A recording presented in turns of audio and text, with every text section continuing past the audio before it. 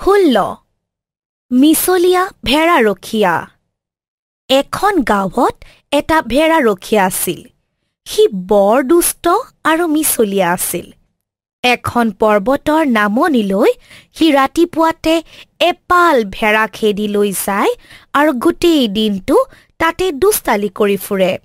এদিন দুপৰীয়া সি মিছাতেই বাঘে ভেড়া নিলে ঐ, বাঘে ভেড়া নিলে ঐ বুলি চিঞৰিবলৈ ধৰিলে। তাৰ চিঞৰ বাখৰ শুনি গঞা ৰাইজে যেনেকৈ পাৰে বাঘ মাৰিবলৈ লৰি আহিল।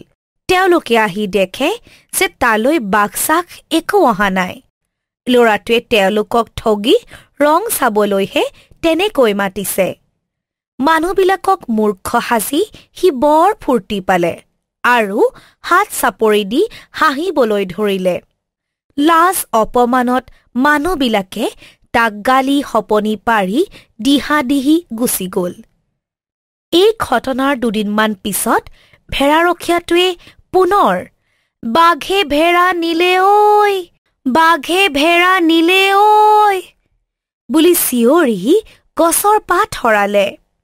ভেড়াৰখীয়াৰ কথাত পতিয়ন গৈ মানুহবোৰে পুনৰ বাঘ মাৰিবলৈ লৰি ঢাপৰি আহিল। পিছে এইবাৰো তেওঁলোকে আহি তাত কোনো বাঘ দেখা নেপালে। দুষ্ট ভেড়াৰখীয়াই তেওঁলোকলৈ চাই কিৰিলি পাৰিবলৈ ধৰিলে। আন এদিনৰ কথা, এইবাৰ কিন্তু সঁচাকৈয়ে পৰ্বতৰ পৰা বাঘ এটা নামি আহিল। বাঘ দেখি ভেড়াৰখীয়াই প্ৰাণপণে চিঞৰিবলৈ ধৰিলে। গঞা ৰাইজে ভেড়াৰখীয়াৰ মাত শুনিলে, কিন্তু তেওঁলোকে তাৰ কথা বিশ্বাস কৰিবলৈ টান পালে। ভেড়াৰখীয়াই তেওঁলোকক ইতিমধ্যে দুবাৰ ঠগিছে। এইবাৰো সি মিছা মতা বুলিয়েই তেওঁলোকে ভাবিলে। এইফালে বাঘ আহি তেনেই ওচৰ পালে।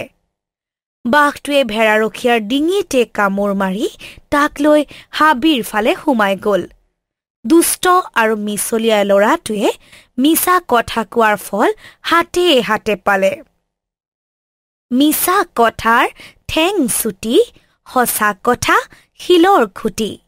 ধেমালিটো মিছা কলে হয় তাৰ লটি ঘটি।